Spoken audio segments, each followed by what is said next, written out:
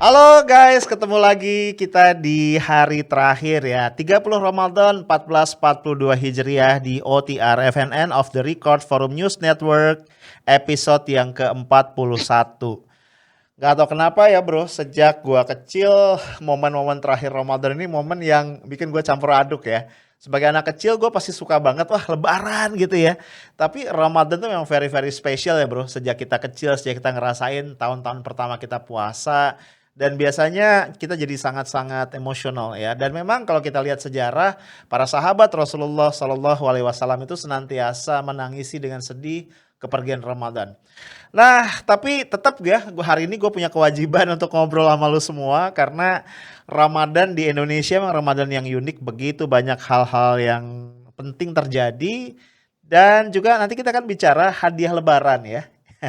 Yang diberikan untuk seluruh rakyat Indonesia. Apa gerangan nanti kita omongin. Tapi seperti biasa, gue akan bersama dengan partner gue, jurnalis senior FNN, Mas Hersu Beno Arif. Gue sapa dulu ya. Assalamualaikum Mas Hersu. Waalaikumsalam warahmatullahi wabarakatuh, Bang Arif. Iya betul, memang ini momen-momen yang emosional gitu.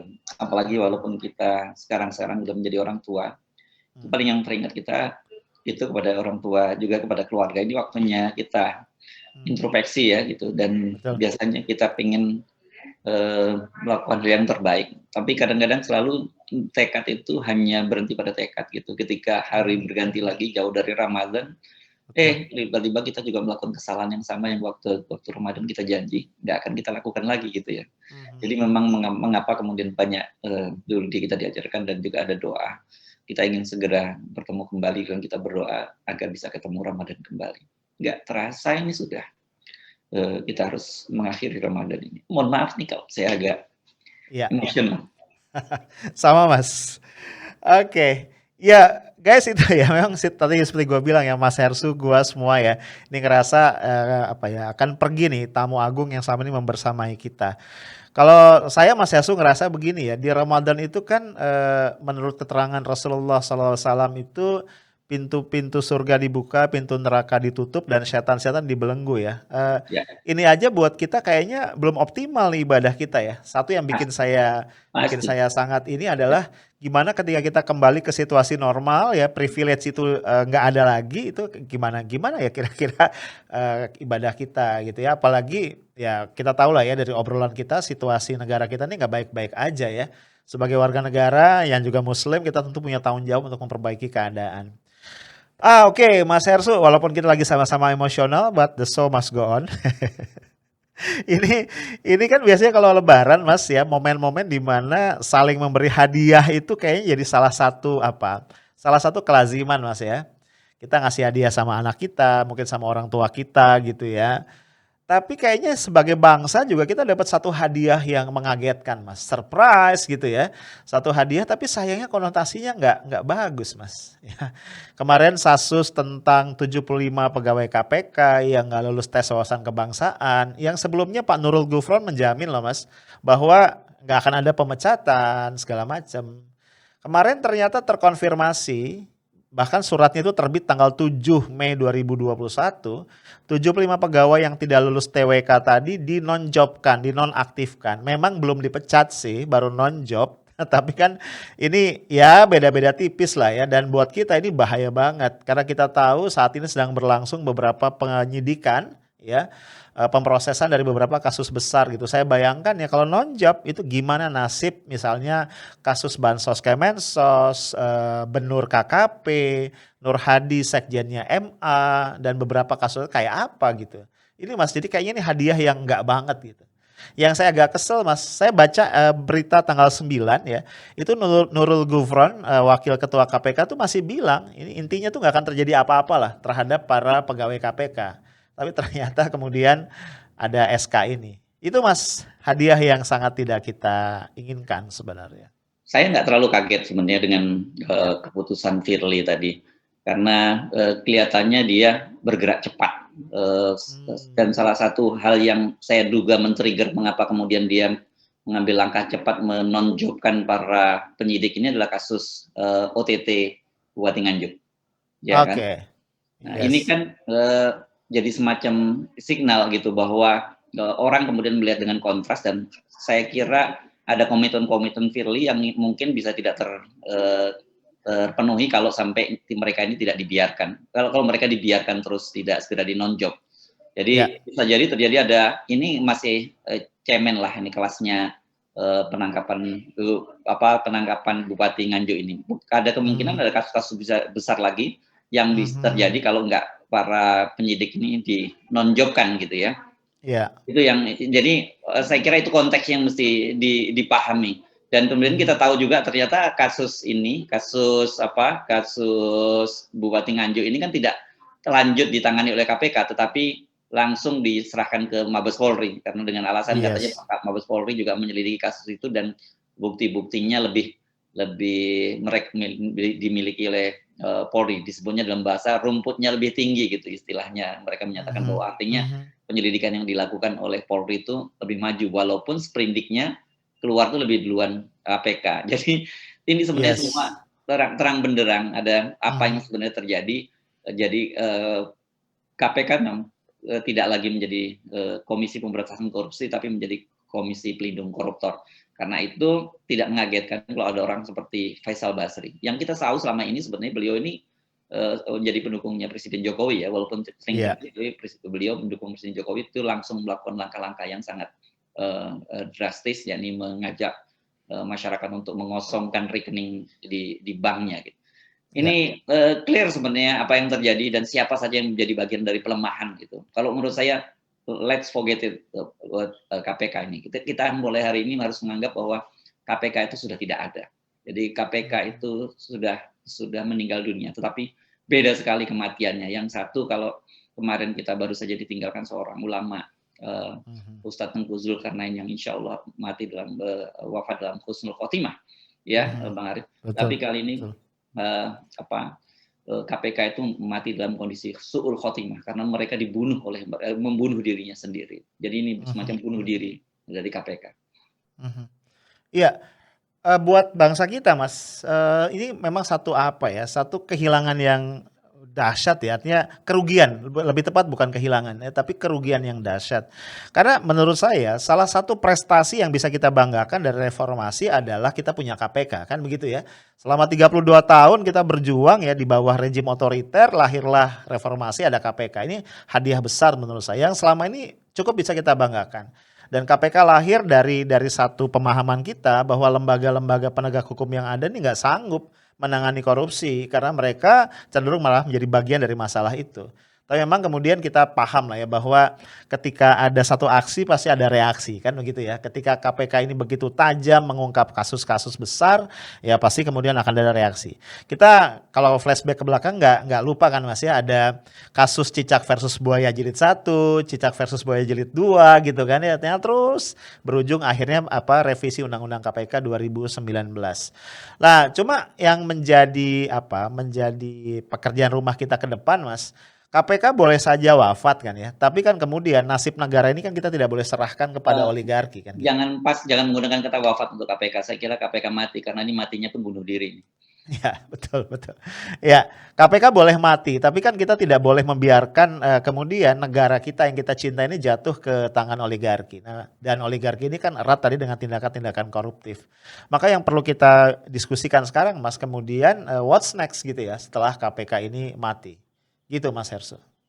Jadi kalau kita lihat memang kita tidak bisa lagi berharap pada lembaga-lembaga negara. Kemarin kan kita menyoroti bahwa harapan kita tersisa pada dua lembaga setidaknya, KPK dan kemudian Mahkamah Konstitusi ya.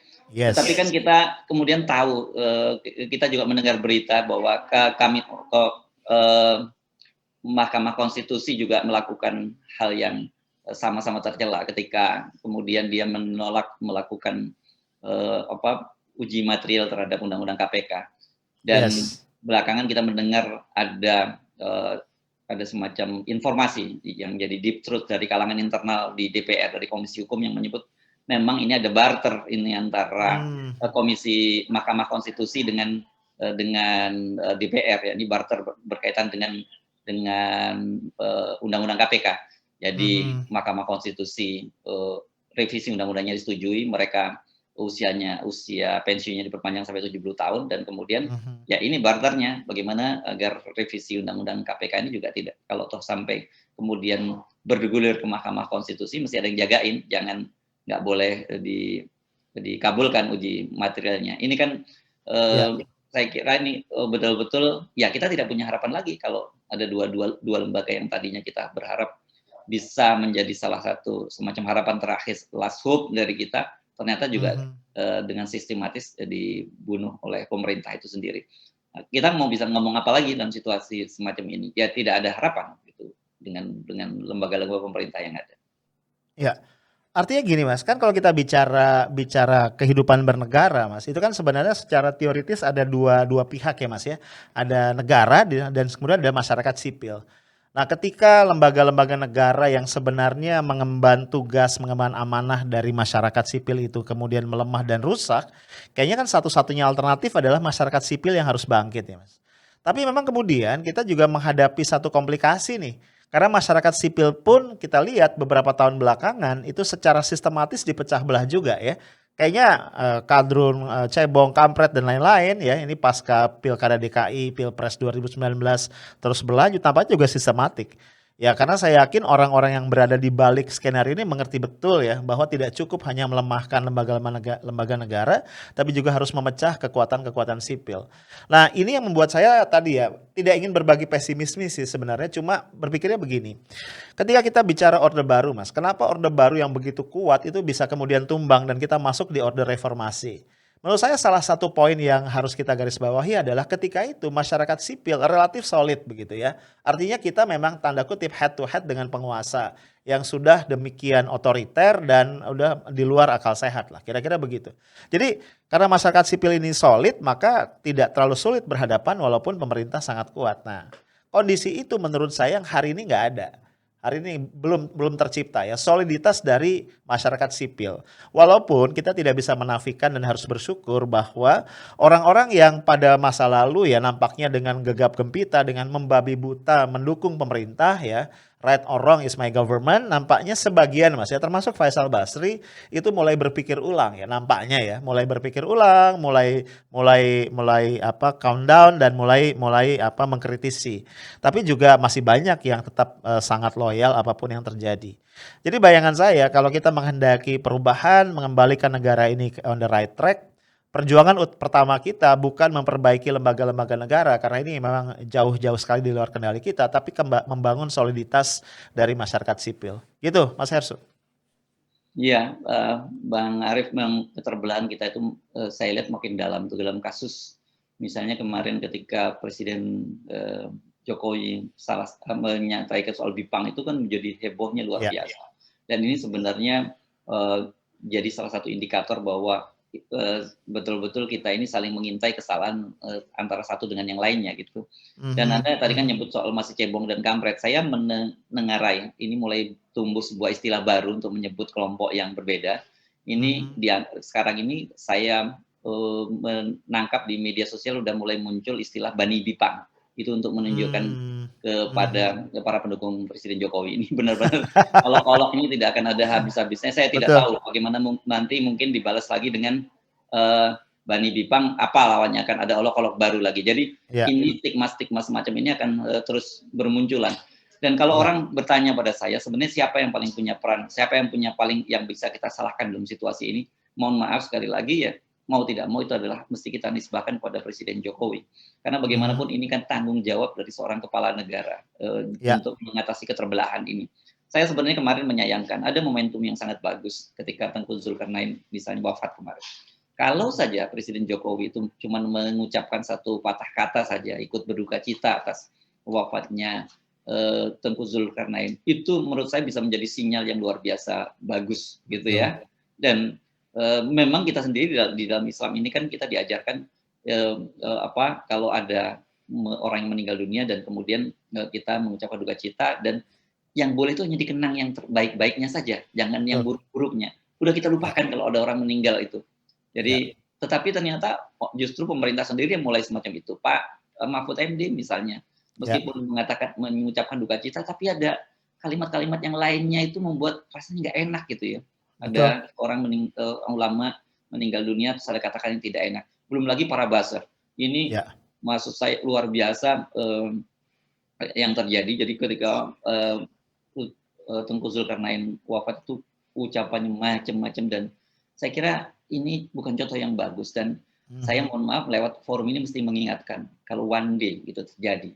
Ini yang saya mesti ingatkan. Karena ada seorang buzzer gitu yang meninggal dunia, atau seorang pejabat pemerintahan yang tidak disukai oleh publik meninggal dunia, entah karena kanker, karena mati biasa, atau karena COVID. Saya kira saya mesti mengingatkan dari kelompok oposisi, kelompok yang kritis terhadap pemerintah juga tidak boleh melakukan hal yang sama seperti yang dilakukan oleh mereka terhadap Tengku Zulkarnain. Dia nggak boleh. Memang kalau orang sudah meninggal dunia, sudah wafat, itu tinggal urusannya dia pada Allah Subhanahu Wa Taala. Kita nggak boleh menghakimi, karena kan kita tidak tahu sebenarnya bagaimana hubungan dia dengan Kholik dan dengan penciptanya, dan otoritas untuk menyatakan orang itu masuk surga atau neraka itu bukan kita yang menilai kan gitu. Saya pernah mendengar sebuah hikayat gitu, bagaimana seorang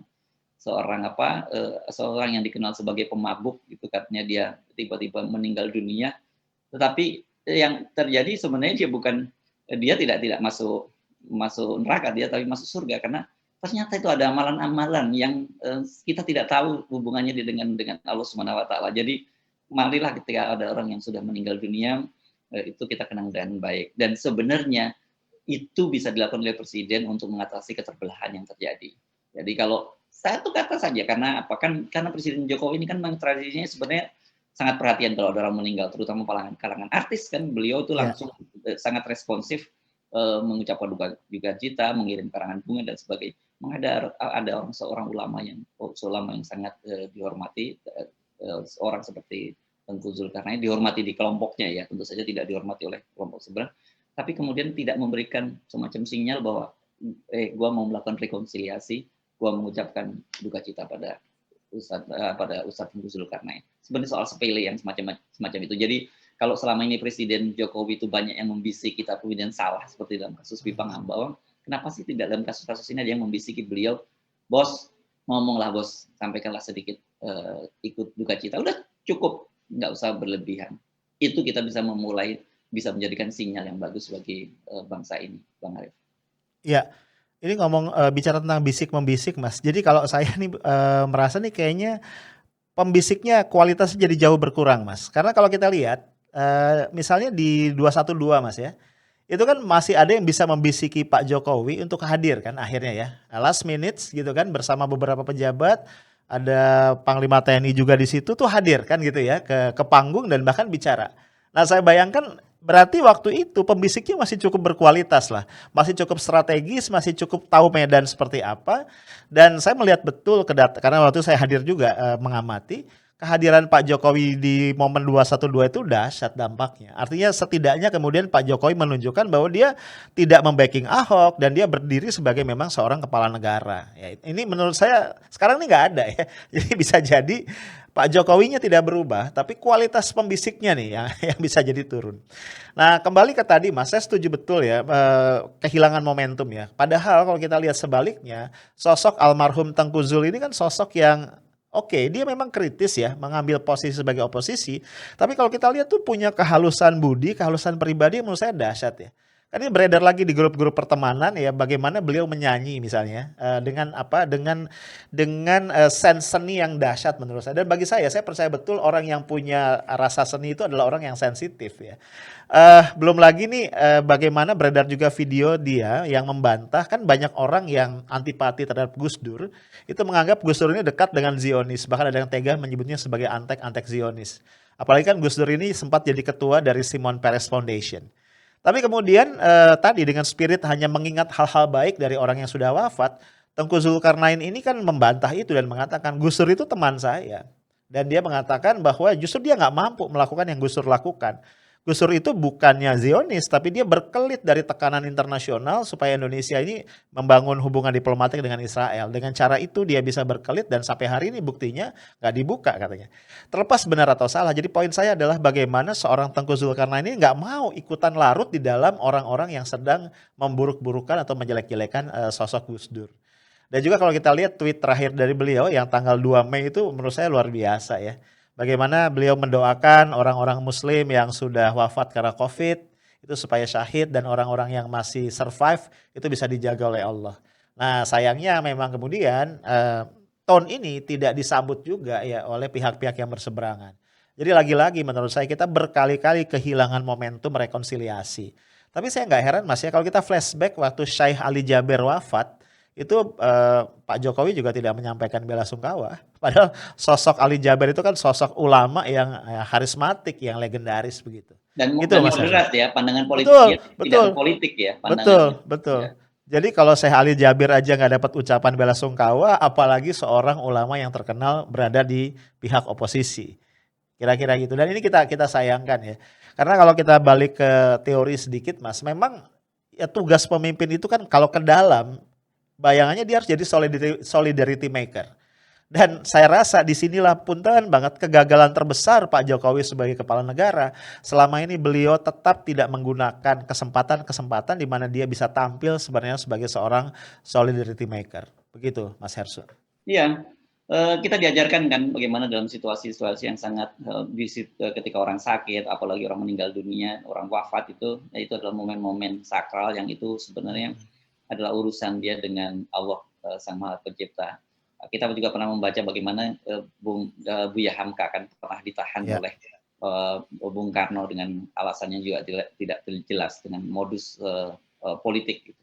Tapi ketika Bung Karno wafat dan melihat pesan terakhirnya adalah ketika minta di sholat jenazah dipimpin oleh Buya Hamka dan itu dilakukan oleh Buya Hamka. Jadi ini hubungan-hubungan semacam ini menurut saya indah gitu ya. Meskipun ada perbedaan politik, pernah ada semacam konflik yang sangat tajam sampai di penjara, tapi tetap saja hubungan antar manusia itu terjalin dengan baik. Saya kira momentum dalam Idul Fitri ini yang kita harus dengungkan dan saya tahu memang semangat semacam ini tidak terlalu favorit, tidak selalu bisa diterima baik oleh kalangan kubu seberang di kubu pemerintah maupun kubu oposisi misalnya gitu. Nah, ini pasti kubu oposisi akan ngomong enak aja, mesti dimaafin, tidak tahu rasanya sakit seperti ini. Sementara kubu pemerintah selama ini dia merasa jumawa, merasa lebih, dia merasa di atas angin. Tapi saya selalu mencoba mengingatkan untuk itu bahwa bagaimanapun bangsa kita ini bangsa yang besar, bangsa majemuk, yang jangan sampai kemudian kita terpecah belah dan tanpa sadar sebenarnya yang harus kita ingat itu jangan-jangan sebenarnya pecah belah ini tanpa kita sadari ini adalah bagian dari rekayasa asing untuk menguasai Indonesia. Ini yang harus kita ingatkan yang sering disebut sebagai proxy war gitu. Karena bagaimanapun Indonesia itu adalah sebuah negara dengan letak yang sangat strategis. Para ahli geopolitik melihat apalagi seperti Indonesia ini nggak punya pintu. Terlalu banyak pintu masuk untuk Indonesia, jadi orang gampang sekali, bangsa lain gampang sekali masuk. Kemudian ditambah dengan realitas bahwa sekarang ini bagaimanapun juga alutsista kita, pertahanan keamanan kita sangat lemah karena keterbatasan anggaran. Jadi di mana daya tahan kita yang paling kuat? Daya tahan kita yang paling kuat adalah soliditas dari bangsa kita. Kalau soliditas itu sendiri juga sudah rentan, itu dengan mudah asing akan masuk dan memecah belah kita. Anehnya memang sekarang ini saya melihat ada tanda-tanda bahwa kita itu sedang merayakan perpecahan di antara bangsa. Dan mereka bergembira ria. Itu saya ingat kenapa saya menyebutnya bergembira ria, karena kalau kita lihat narasi-narasi yang disebarkan oleh Buzzer kan seperti itu. Tetapi juga saya ini saya tidak menyebut namanya. Ada saya punya sahabat seorang etnis Tionghoa, seorang etnis Cina yang dalam kondisi saat seperti ini dia masih mawas diri dan dia mengaku dia sangat khawatir. Dia sering menchat saya, Mas Hersu, saya jujur sangat khawatir. Kenapa? Karena ini kelompok saya ini mereka sedang merasa di atas angin, merasa euforia sedang memenangkan ini dan kemudian mereka bisa menekan umat Islam dengan gembira. Ini menurut dia merasa khawatir karena bagaimanapun juga meskipun saat ini umat Islam itu secara ekonomi, secara politik itu memang minoritas di negara ini, tetapi secara number, secara jumlah, secara populasi kan tetap paling besar, gitu ya. Dan kalau terjadi apa-apa, Anda bisa bayangkan ini kan bisa menakutkan. Kan kita tidak ingin terjadi berbagai peristiwa-peristiwa kerusuhan etnis seperti yang terjadi di masa lalu gitu. Dan yang menjadi korban itu biasanya Bang Arief adalah mereka yang dari kelompok etnis minoritas itu dengan kekuatan ekonomi yang lemah. Dan padahal mereka ini sebetulnya biasanya malah orang yang bergaul dengan sesamanya dengan baik, tetapi akibat Yes. ulah dari kelompok-kelompok di atas, politisi dan sebagainya, mereka jadi korban. Kelompok-kelompok yang kaya, kelompok-kelompok yang punya akses luas, mereka ketika terjadi kerusuhan atau apa, mereka bisa kabur dengan cepat meninggalkan Indonesia. Tetapi mereka yang tidak, yang di grassroots, yang di akar rumput, yang selama ini sebenarnya berhubungan dengan baik dengan kita, komunikasi kita jalan, dan muamalahnya kita jalan dengan mereka, mereka yang jadi korban. Nah Ya. ini sebenarnya situasi ini kan yang sangat mengerikan. Jadi memang saya kemarin kan Anda ingat dalam rapat redaksi dengan FNN ya, terakhir ketika kita mengundang rapat redaksi diperluas, saya mengingatkan bahwa tugas FNN adalah sekarang jangan sampai kemudian ikut memperparah pembelahan. Kita ingin kelompok Islam yang sekarang ini ada, kita mesti akuin karena selalu di pressure kemudian terjadi semacam radikalisasi karena merasa kok gue didiskriminasi di negara gue sendiri yang mayoritas gue gitu, mereka juga menjadi sangat militan, mereka sangat marah. Itu kita mesti boleh ingatkan bahwa bagaimanapun tidak boleh marah, mesti kita tarik ke tengah gitu. Sementara kelompok yang kelompok kiri, kelompok non muslim, kelompok etnis minoritas yang secara ekonomi finansial mereka merasa sekarang lebih kuat, merasa di atas angin, secara politik mereka menguasai, secara ekonomi mereka berkuasa, secara politik mereka bisa mengendalikan kekuasaan, kemudian sekarang merasa dia di atas angin. Itu kita mesti ingatkan, bahaya sekali sampai kalau itu sampai terjadi kemudian konflik sosial. Saya benar-benar nggak ingat dan nggak ingin terjadi, dan saya ingin agar Forum News Network itu menjadi bagian dari upaya untuk merekatkan kembali bangsa yang terpecah belah ini. Kalau Anda amati bagaimana dialog saya dengan Rocky Gerung dan sebagainya, dan dengan teman-teman yang lain, narasinya sekarang ini fokus pada itu. Bagaimana kita kembali repat, semen kohesi sebagai bangsa ini kita rekatkan kembali. Itu Bang Arief yang saya kira sebagai media kita punya kewajiban untuk mengingatkan itu, dan yang paling bisa kita lakukan kan hanya itu saja. Ya. Ya walaupun kita tetap harus juga melihat Mas ya, ini akan menjadi sangat-sangat challenging, sangat-sangat menantang karena Pasti. karena pada sisi yang lain Mas, ketika kita berusaha untuk membangun kembali keakraban bernegara itu, pada sisi yang lain pemerintah kayaknya tidak kunjung tumbuh ini sensitivitas ya. Itu dia. Ya. Berbagai kebijakan yang keluar bukan cuma dalam bentuk nuansa Mas, tapi dalam bentuk kebijakan real itu tetap saja sangat tidak sensitif ya. Ya misalnya kalau kita ngomong mudik saja, bagaimana rakyat diuber-uber Mas sampai ke jalan tikus, sampai ke kampung halaman untuk masalah mudik ini. Sementara media terus memberitakan gelombang datangnya misalnya TKA dari negeri Tiongkok ke Indonesia. 3 gelombang, sekian orang, ada yang kena COVID pula gitu ya. Dan itu terang benderang di hadapan masyarakat ya. Nampaknya ini pemerintah ini nggak tahu ya amnesia atau apa gitu ya. Pemudik itu bagi masyarakat itu adalah sesuatu yang punya nilai emosional yang sangat luar biasa. Ketemu orang tua, sungkem, berkumpul dengan keluarga besar walaupun dalam kondisi seadanya itu dahsyat Mas. Momentum tahunan yang nggak tergantikan. Sudah 2 tahun kita dilarang melakukan itu. Ya, bahkan dihimbau sholat Idul Fitri masih yang biasa kita tahu ya. Idul Fitri itu sholat yang waduh luar biasa. Bagi saya tuh festival gitu ya. Kita tuh ketemu orang salaman satu kampung itu salaman muter gitu kan. Habis itu nggak ada Mas hari ini. Tapi berita terus menayangkan bagaimana TKA orang-orang asing itu datang gitu ya ke Indonesia. Ini contoh aja. Dan pemerintah kemudian melakukan pembelaan gitu bahwa mereka ini adalah mereka sudah memenuhi syarat keimigrasian, sudah punya visa, kemudian bebas COVID dan sebagainya ya. Betul. Itu dia makanya saya sampaikan bahwa, dan sejak awal tadi kita bicara bahwa kita tidak bisa terlalu berharap banyak dengan pemerintah karena pemerintah bagian dari pembelahan itu. Tugas kita sekarang justru merekatkan di level grassroots. Padahal menurut saya mungkin relatif lebih mudah kita ketika membangunnya di level grassroots karena level atas pemerintah, kemudian level menengah para buzzer-nya dan sebagainya terus memproduksi itu. Tetapi saya kira kalau kita kemudian membangun itu mulai dari lingkungan terkecil, lingkungan masyarakat kita, lingkungan RT, RW kita untuk membangun kesadaran bahwa ini sudah tanda-tandanya negara ini dalam bahaya, negara nggak benar, pemerintahannya sudah lebih banyak memproduksi perpecahan. Kalau kemudian rakyatnya tidak bisa diadu domba kan itu juga insya Allah itu bisa terwujud gitu Bang Arief.